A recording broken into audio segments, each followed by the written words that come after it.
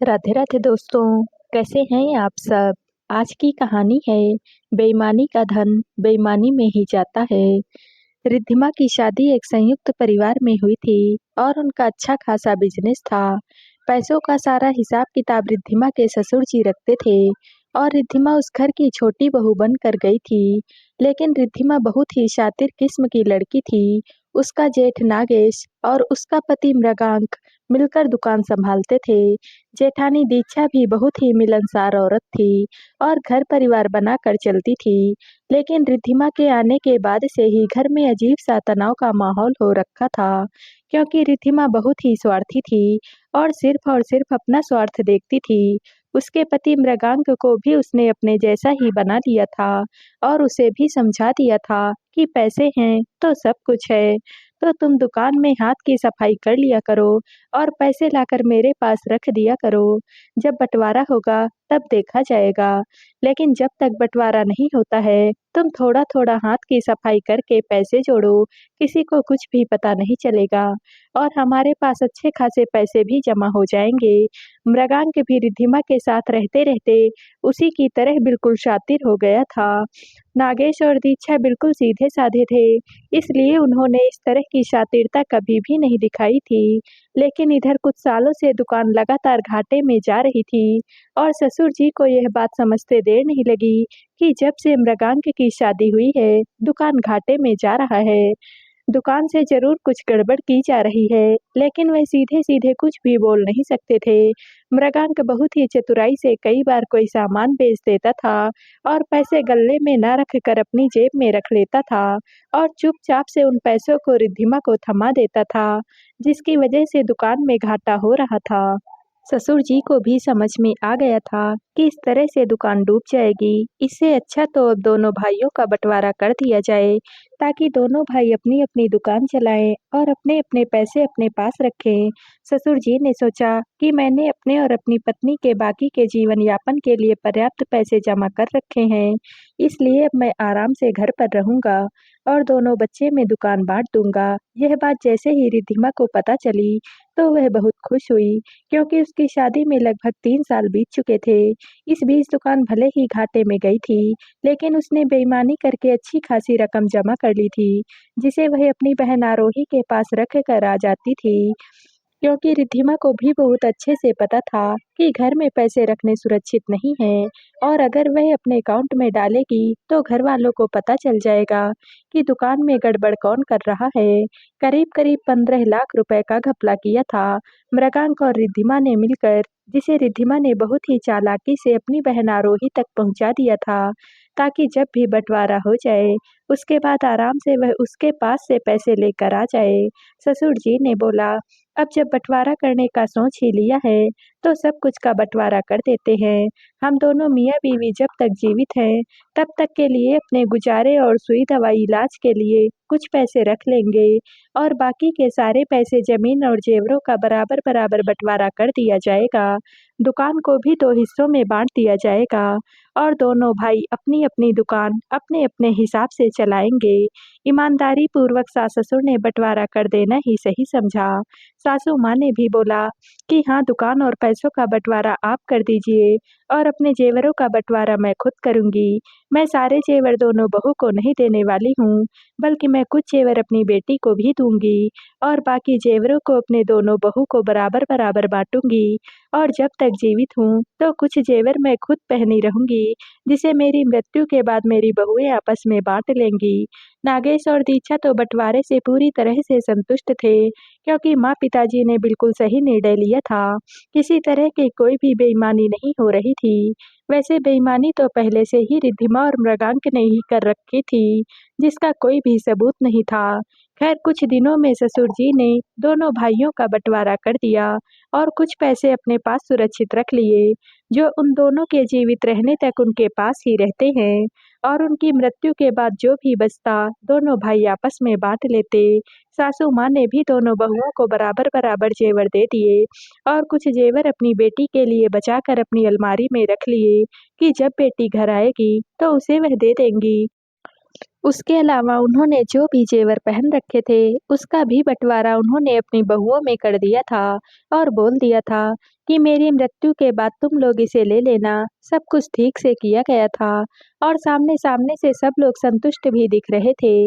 लेकिन मृगांक और रिद्धिमा क्योंकि बहुत ही शातिर थे, तो उन्हें यह सब कुछ बर्दाश्त ही नहीं हो रहा था। लेकिन वह लोग अब कर भी क्या सकते थे? सब कुछ न्यायसंगत तरीके से किया गया था। खैर दुकान का तो काफ़ी पैसा उन लोगों ने मार ही लिया था। अब रिद्धिमा की नज़र ननंद के लिए रखे गए जेवरों पर थी और एक दिन उसने मौका पाकर सास की अलमारी से ननंद के लिए रखे गए जेवरों पर हाथ साफ कर दिया और सोचा कि जल्द ही उन जेवरों को बदल कर नए जेवर बनवा लेगी ताकि किसी को कोई भी शक न हो। लेकिन उसे पता था कि घर में जेवरों को रखना ठीक नहीं है, वरना वह पकड़ी जा सकती है। इसलिए उसने उन जेवरों को भी अपनी बहन आरोही के पास पहुंचा दिया था और सोचा था कि कुछ वक्त के बाद वह सारे पैसे और जेवर आरोही से ले लेगी। इधर जब कुछ दिनों के बाद रिद्धिमा की ननंद अपने मायके आई, तो रिद्धिमा की सासू माँ ने उसे उसके हिस्से के जेवर निकाल कर देने की सोची, लेकिन जब वह जेवर निकालने गई, तो जेवर तो वहाँ पर थे ही नहीं। अब तो घर में तहलका मच गया कि आखिर जेवर गए कहाँ पर, किसी को कुछ भी पता नहीं था। सासू माँ और ससुर जी को सब कुछ समझ में आ रहा था कि जेवर घर से किसने गायब किए होंगे, क्योंकि रिद्धिमा के आने के बाद से ही दुकान में पैसों की हेर-फेर हो रही थी और अब घर से जेवर भी गायब हो गए। रिद्धिमा कितनी शातिर है, यह बात लगभग घर में सब लोग समझ चुके थे। पर कोई भी खुलकर कुछ नहीं कह पा रहा था क्योंकि किसी के पास कोई भी सबूत नहीं था। कोई क्या ही कर सकता है। रिद्धिमा बहुत खुश थी कि ननंद के जेवर नहीं मिल पाए और वह जेवर उसे मिल गए। लेकिन सास-ससुर बहुत दुखी थे कि अपनी बेटी के लिए उन्होंने कुछ रखा था और वह भी वे लोग उसे नहीं दे पाए। सासू माँ ने दुखी होकर अपने पहने हुए जेवर निकाल कर अपनी बेटी को देने चाहे और बोला, बेटा मैं तो तेरे हक के जेवर बचा कर नहीं रख पाई, लेकिन तू यह जेवर ले जा, तेरा हक बनता है। मेरे पिताजी ने मेरी शादी में दिया था, तो इस पर पूरा तेरा हक बनता है। लेकिन रिद्धिमा की ननंद ने बोला, कोई बात नहीं माँ, मुझे आपके जेवर नहीं चाहिए, भगवान की दया से मेरे पास बहुत है, लेकिन माँ तो माँ होती है। और उन्होंने बोला, नहीं, बेटों के लिए तो सारी जमीन जायदाद धन संपत्ति होती ही है, लेकिन माँ के जेवरों पर बेटी का पूरा हक होता है। मैंने दोनों बहू को उनके हक के जेवर दे दिए थे, तेरे लिए भी रखे थे, वह भी चोरी हो गए, इसलिए अब इन जेवरों पर सिर्फ और सिर्फ तेरा हक है। लेकिन बेटी ने बोला, माँ आपके जेवर आप पहने रहो, मैं नहीं चाहती कि आप जीते जी जेवरों को उतारो। रिद्धिमा की सास ने बोल दिया, ठीक है, लेकिन मेरे बाद मेरे यह जेवर मेरी कोई बहू नहीं लेगी, यह सारे के सारे जेवर मेरी बेटी को मिलेंगे।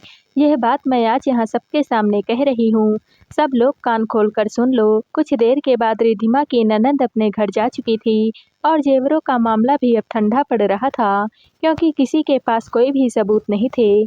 काफ़ी वक्त बीत चुका था, अब दोनों भाई अपना-अपना बिजनेस संभालते थे और अपने-अपने हिसाब से रहते थे। सास-ससुर भी काफ़ी बूढ़े हो चुके थे और अपने में मगन थे। मामला पूरी तरह से ठंडा हो चुका था। इस बीच रिद्धिमा के भाई की शादी पड़ी और रिद्धिमा अपने मायके आई थी। उसकी बहन आरोही भी मायके आई हुई थी। शादी के दिन रिद्धिमा की जेठानी दीक्षा भी शादी में सम्मिलित होने के लिए आई थी। रिद्धिमा की बहन आरोही ने गले में बहुत ही सुंदर हार पहन रखा था, जिस पर दीक्षा और रिद्धिमा दोनों की नजर गई और यह वही हार था जो सासू माँ ने ननंद को देने के लिए रखा था और वह गायब हो गया था। दीक्षा को बहुत हैरानी हुई कि ठीक वैसा ही हार आरोही ने कैसे पहन रखा है। इधर रिद्धिमा भी हैरान थी कि उसने जो जेवर अपनी बहन को संभाल कर रखने के लिए दिए थे, उसे वह इतनी आसानी से इस्तेमाल कर रही है और उसे इस बात का भी ध्यान नहीं है कि यहाँ पर दीक्षा भी आई हुई है, कहीं बात खुल न जाए। खैर एक जैसे दो हार हो सकते हैं, यह सोचकर दीक्षा ने कुछ भी नहीं बोला, क्योंकि उसे पता था कुछ भी बोलने से कोई फायदा नहीं है। जिसे हाथ की सफाई करनी थी, वह कर चुकी है। लेकिन रिद्धिमा ने जब से आरोही को वह हार पहने देखा था, तब से उसके मन में घबराहट हो रही थी और उसने मृगांक को सारी बातें बताई। मृगांक ने बोला, शादी निपट जाने दो, उसके बाद बात करते हैं और हम अपने पैसे और सोना उनसे ले लेते हैं। खैर दीक्षा अब वापस अपने ससुराल जा चुकी थी लेकिन रिद्धिमा और मृगांक अभी भी वहीं पर थे और 2-3 दिन के बाद वापस जाने वाले थे। मृगांक ने रिद्धिमा से बोला, मामला पूरी तरह से ठंडा पड़ चुका है, अब बहुत ज़्यादा रिस्क नहीं लेंगे। जो 15 लाख रुपए और सोने के जेवर आरोही को दिए गए हैं, उन्हें अब हम वापस ले लेंगे। जिस दिन उन्हें लौटना था, रिद्धिमा ने आरोही से कहा, बहन, मैंने तुम्हें अपने ससुराल से छुपाकर जो पैसे और जेवर रखने के लिए दिए थे, वह सारे जेवर और पैसे मुझे वापस कर दो। अब मैं उसे अपने घर में रख सकती हूँ। आरोही हैरान हो गई और बोली, कौन से जेवर और कौन से पैसे? तुमने मुझे कब और कौन से जेवर दिए हैं? रिद्धिमा को यकीन ही नहीं हुआ कि आरोही ऐसा बोल सकती है। रिद्धिमा तो बिल्कुल हैरान हो गई कि उसकी सगी बहन उसके साथ धोखा कर सकती है। यह सब कुछ सुनकर मृगांक ने थोड़ा तेज आवाज में बोला, आरोही दीदी, आप क्या बोल रही हैं? रिद्धिमा ने आपको हमारे घर से छुपाकर पैसे और जेवर रखने के लिए दिए थे और आप बोल रही हैं कि कौन से पैसे और जेवर? मृगांक की तेज आवाज सुनकर आरोही का पति सुलभ भी वहां पर आ गया और उसने भी तेज आवाज में बोला, मृगांक, तुम किस तरह से मेरी पत्नी से बात कर रहे हो और कौन से जेवर और पैसों की बात कर रहे हो? तुमने हमें कब और कौन से जेवर और पैसे रखने के लिए दिए हैं? अब तो मृगांक और रिद्धिमा की हालत खराब हो गई थी। रिद्धिमा ने आरोही से बोला, मैं उस जेवर की बात कर रही हूँ जो तुम शादी के दिन गले में पहनकर इतरा रही थी, वह मेरा जेवर था। इस पर आरोही ने बोला, पागल हो गई हो क्या? वह मेरा हार था, मेरी सास ने मुझे दिया था। रिद्धिमा ने बोला, झूठ मत बोलो आरोही, वह तुम्हारा नहीं बल्कि मेरी सास का हार था। आरोही ने बोला, दिमाग खराब हो गया है क्या तुम्हारा? वह तुम्हारी नहीं, मेरी सास का हार था। मेरी सास तो अब इस दुनिया में नहीं है, पर जाने से पहले उन्होंने अपना सारा जेवर खुद अपने हाथों से मुझे दिया था, क्योंकि मैं तो उनकी इकलौती बहू हूँ और हार उन्हीं जेवरों में से एक था।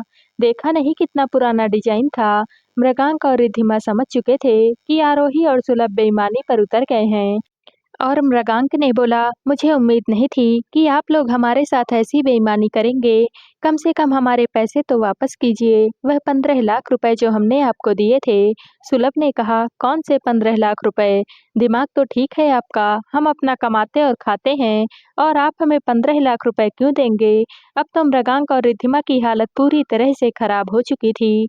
उनके साथ आरोही और सुलभ ने बहुत बड़ा धोखा कर दिया था। जबकि रिद्धिमा और आरोही के माँ-बाप हैरान होकर उन्हें देख रहे थे कि यह दोनों बहनें क्या बातें कर रही हैं। रिद्धिमा ने अब तेज आवाज में बोलना शुरू किया, मम्मी, आपकी बड़ी बेटी और दामाद हमारे साथ बेईमानी कर रहे हैं। मैंने अपने घर से बेईमानी करके, छुपा करके 15 लाख रुपए और अपनी सास के जेवर इन्हें संभाल कर रखने के लिए दिए थे और अब यह लोग हमारे साथ बेईमानी कर रहे हैं। सुनकर रिद्धिमा के माँ-बाप ने अपना सर पकड़ लिया और सोचने लगे, यह रिद्धिमा और आरोही तो बचपन से ही बहुत शातिर और लालची थी, पर अपने ससुराल में ही रिद्धिमा इतना गुल खिला देगी, इतना तो उन्होंने कभी सपने में भी नहीं सोचा था। अब आरोही और सुलभ ने भी तेज आवाज में बोला, माँ, यह दोनों लोग पागल हो गए हैं। यह लोग हमें क्यों पैसे और जेवर देंगे और हम इनसे पैसे और जेवर क्यों लेंगे? दिमाग खराब हो गया है इनका। मृगांक ने बोला, अरे सुलभ भाई साहब, थोड़ी तो ईमानदारी बरतो, करीबी रिश्तेदार होकर भी इतनी बेईमानी कर रहे हो। तो सुलभ ने बोला, यह कैसी बातें कर रहे हो मृगांक तुम? मैं तुमसे भला क्यों बेईमानी करूंगा? तुमने मुझे क्या दिया है? और रही बात बेईमानी की, तो मैंने कोई भी बेईमानी नहीं की और तुम रिश्तेदार होकर बेईमानी करने की बात कर रहे हो, जबकि तुमने खुद अपने मुँह से कबूल किया है कि तुमने अपने सगे भाई, पिता और सगी बहन के साथ बेईमानी करके उनके हक की संपत्ति हड़पी है और उसे इधर से उधर किया है। लेकिन तुमने उसे कहाँ रखा है, यह तुम और तुम्हारी पत्नी ही जानो, हमारा इससे कोई भी लेना-देना नहीं है। आज पहली बार हमने तुम्हारे मुँह से यह सारी बातें यहाँ पर सुनी है, जिसे और भी लोगों ने सुना है, पर इससे हमारा कोई भी लेना-देना नहीं है। गलती से भी दोबारा ऐसा कोई भी इल्ज़ाम हम लोगों के ऊपर मत लगाना। इतना कहकर आरोही और सुलभ वहाँ से चले गए। मृगांक और रिद्धिमा अपना सर पकड़ कर बैठे थे, क्योंकि धोखे से लिया गया धन, धोखे से ही उनसे छीन लिया गया था और वह कुछ भी नहीं कर सकते थे, सिवाय हाथ मलने के। रिद्धिमा के माँ-बाप भी अपना सर पकड़ कर बैठे थे कि कैसी बेटियां हैं उनकी। एक बेटी ने ससुराल में चोरी की और अगर वह सच बोल रही है, तो दूसरी बेटी ने अपनी बहन को ही धोखा दे दिया। और तो और सबसे बड़ी बात यह है कि घर में अभी नई-नई बहू आई है, जिसके सामने यह सब कुछ हुआ और अपनी दोनों ननंद का चरित्र उसके सामने दागदार हो चुका है, जिसकी वजह से शायद दोनों का मायका हमेशा के लिए समाप्त हो जाए। रिद्धिमा और मृगांक भी चुपचाप अब अपने घर की ओर जाने को तैयार हो गए, क्योंकि उन्हें भी बहुत अच्छे से समझ में आ चुका था कि उनके साथ अब बहुत बड़ा धोखा हो चुका है। लेकिन किस मुँह से उस धोखे के लिए वह अपने घर वाले या फिर पुलिस से शिकायत करते, क्योंकि यह धन और जेवर तो उन्होंने खुद धोखे से लिया था, जो कि आज उनके हाथ से निकल कर जा चुका था। आज उन्हें उनके किए की बहुत बड़ी सज़ा मिल चुकी थी और उन लोगों को भी समझ में आ गया था कि पाप का धन पाप में ही जाता है। उन्हें यकीन था कि शायद जल्दी ही आरोही और सुलभ को भी यह बात समझ में आ जाएगी कि पाप का धन पाप में ही जाता है, क्योंकि बेईमानी से लिया गया यह धन टिकेगा तो उनके पास भी नहीं, आखिर भवभुक्त भोगी थे वह। तो दोस्तों, आप सबको यह कहानी कैसी लगी? कमेंट करके ज़रूर बताइएगा और वीडियो को लाइक व शेयर कीजिएगा। दोस्तों, अगर आप इस चैनल पर नए हैं और अब तक आपने हमारे चैनल को सब्सक्राइब नहीं किया है, तो प्लीज़ और कहानियों से जुड़ने के लिए हमारे चैनल को सब्सक्राइब कर लीजिएगा। कल मिलते हैं एक और नई कहानी के साथ। आप सभी का बहुत-बहुत धन्यवाद।